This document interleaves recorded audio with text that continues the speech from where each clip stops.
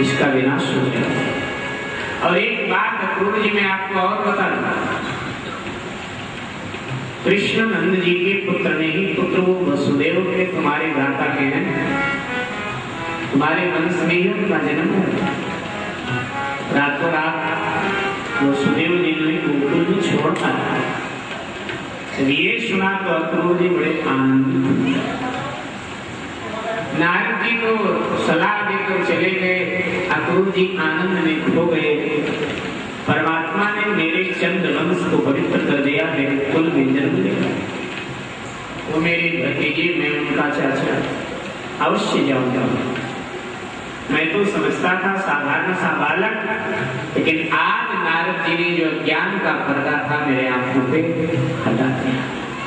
कंस ने आकर अक्रूर जी को राजाज्ञा सुनाई, पत्र दे जाओ नंदगांव, और जैसे भी हो सके कृष्ण बलराम को लेकर के आना, अन्यथा तुम्हारी खैर नहीं। अक्रूर जी ने कहा राजन, मैं हर हाल में दोनों को लेके आप हमारे राजा से आपकी आज्ञा पालन करो। अक्रूर जी तेज तदार घोड़ों को रथ में लगाया, प्रातः काल ब्रह्म मुहूर्त में चल पड़े मथुरा से नंदगांव की ओर। सरपट रथ दौड़ा, अनेक कल्पनाएं संजोते जा रहे हैं। जिन चरण से श्री गंगा प्रकट हुई उन्हीं का दर्शन करो। जिस अपने पावन चरण से ब्रज के कण कण को अणु अणु को पवित्र कर रहे हैं, उन चरणों को देखो। जिन चरणों की धूलि की मांग शेष करते हैं, महेश करते हैं, दिनेश करते हैं, सुरेश करते हैं, उस चरण धूलि का आज वर्णन करो। अक्रूर जी अनेक कल्पनाएं संजोते हुए प्रवेश कर गए नंदगांव में। ब्रजरज को अपने सर पे लगाया है। नंदलाला के द्वार पर नंदलाला ने स्वागत किया, सम्मान किया। गोचारण करने के लिए भगवान गए थे, गोचारण करके आ गए। अक्रूर जी को देखा, चाचा कहकर कृष्ण बलराम ने वंदन किया। अक्रूर धन्य धन्य हो गए।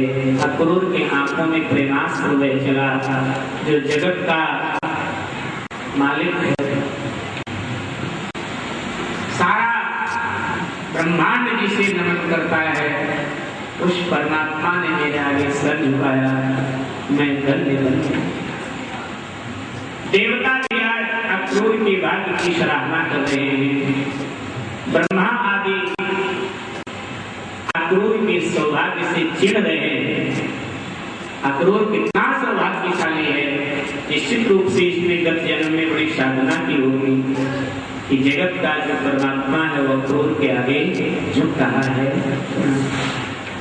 अक्रूर ने एक बाजू में बलराम को बिठा लिया, एक में कृष्ण को। कभी कृष्ण को सीने से लगाते हैं, कभी बलराम को, कभी बलराम को देखते हैं, कभी कृष्ण। भाव में डूब गए महाराज। कुछ समय बीता, दोनों गोद से उतर कर चले गए। भोजनालय में भोजन तैयार है। सुंदर पकवान यशोदा माँ ने बताया है, परोस दिया। चारों बैठकर भोजन करने लगे। नंदलाला, अक्रूर जी, कृष्ण और भोजन करके चौपाल में आके चारों बैठ गए। यशोदा माँ अपने लिए भोजन परोस रही थी। इतने में नंदलाला ने पूछ लिया अक्रूर जी से, किसी प्रयोजन से आए हो या ऐसे ही घूमने चले आए हमारे गांव में? बोले नहीं, प्रयोजन से आए हैं। कंस महाराज ने आपके दोनों पुत्रों को बुलाया है, धनुष महोत्सव उसने रचाया है, आपके पुत्रों को बहुत सम्मान करता है। नंदलाला ने कहा मुझे भी लग रहा है कि जब मैं कर जमा करने जाता हूँ तो हमसे ये जरूर पूछता है आपके बच्चे कितने बड़े बड़े। कल इन्हें हमारे साथ मथुरा भेज दीजिए, मैं परसों वापस छोड़ जाऊंगा। नंद जी ने कहा कि भेजूंगा, जब राजा की आज्ञा है तो भेजना तो पड़ेगा। यशोदा जी भोजन करने जा रही थी, उनके हाथ से भोजन का ग्लास छूट गया, मालूम पड़ी और कहने लगी नहीं नहीं, मैं अपने कृष्ण बलराम को मथुरा ले जाने दूं। कंस सम्मान नहीं, प्रेम नहीं, घृणा करता है। न जाने कितने राक्षसों को इन्हें मारने के लिए भेजा। भगवान समझाने लगे, मां आप भय मत करो। वात्सल्य आंसू बंद बंद करके रोने लगे। ज्यों ज्यों रात्रि बीती है, प्रभात हुआ है, मां तो यही ब्रह्मा जी से प्रार्थना कर रही थी कि आप हजारों वर्ष की हो जाए, प्रातः काल न होने ही मेरा पुत्र मुझसे जुदा हो जाएगा, अलग हो जाएगा।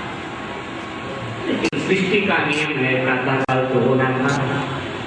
प्रातः काल हुआ, भगवान ने स्नान किया, मैया उन्हें अपने हाथों से कहने लगी मैं वस्त्र पहना देती हूँ। देखा कि वो निशान बना हुआ है जो बात पर माने एक बार मारा था। तो कहा बेटा कोई पूछेगा ये निशान कैसा है मत बताना, मेरी माँ यशोदा ने मुझे बाण से बहुत मारा था, नहीं लोग कहेंगे यशोदा बड़ी कठोर माँ से मार खाने में मेरा सौभाग्य, मुझे गौरव हुआ।